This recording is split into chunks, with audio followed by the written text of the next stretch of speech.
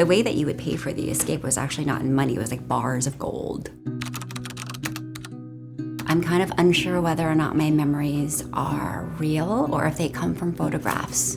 So many of them are sepia colored. I was born in Vietnam. After the war, there was no money to be had. There were no jobs. There was just no future. So there was a huge migration of Vietnamese going to many different parts of the world. My mother and I escaped. And it's not like now where you plan a trip and like you pack up and you go. Someone would knock on the door and you would open it really quietly and they would say, we have this amount of spaces on the boat. Do you want to go? I think the first time we tried to escape, I must have been like 6 months old. And then again, when I was like 18 months old, we ended up getting caught and jailed. The night that we finally were able to escape, we went on a boat. It took about 10 days before we were rescued and ended up in a refugee camp in the Philippines.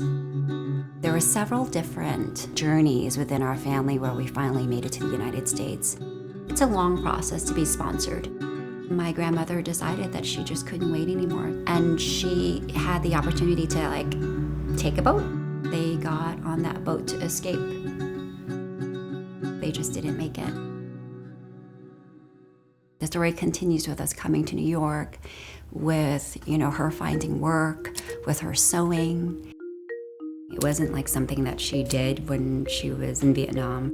It was just part of the culture, like you made clothes for your kids.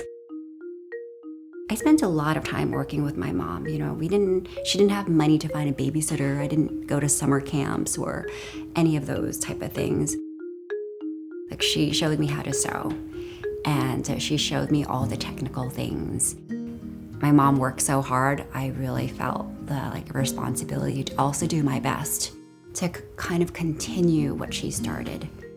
I wanted to do it differently and I wanted a real connection to community, and I was able and had the privilege actually to explore the really creative side, not just use my hands manually.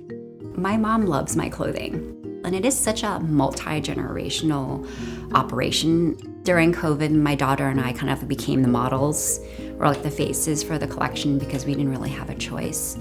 And the season afterwards, I invited my mom to come for a photo shoot. We had a photo of the three of us. That moment was such an accomplishment. And that kind of coming together, that was a full circle moment. And it made me so emotional because it felt like it was the thing that I have always wanted to do and didn't even know it. It's interesting, the Vietnamese language. It is a very factual kind of language. I honestly don't know if I even heard the words younger that I'm so proud of you. Even till this day, the way that she says I love you is when I ask her, Mom, can you help me make this garment or make this pattern? And the answer is always yes. My heritage and my culture are so instilled in me. They were separated for so long. And now I see it as a gift. All of these moments that maybe I wasn't so proud of as a child because it wasn't American are things that I'm so proud of now. I started with working with small designers and then eventually opened up a really small shop. It took 13 years of me observing until I felt ready to share this other part of me, which is so infused with so many different things. In retrospect, when I look back and I look at my life and everything that has been built, it's kind of the American dream. And I have her to thank for giving me volume 1 of this. I mean, I think there's a lot that I would love to say to my mom. Some of it is not in words.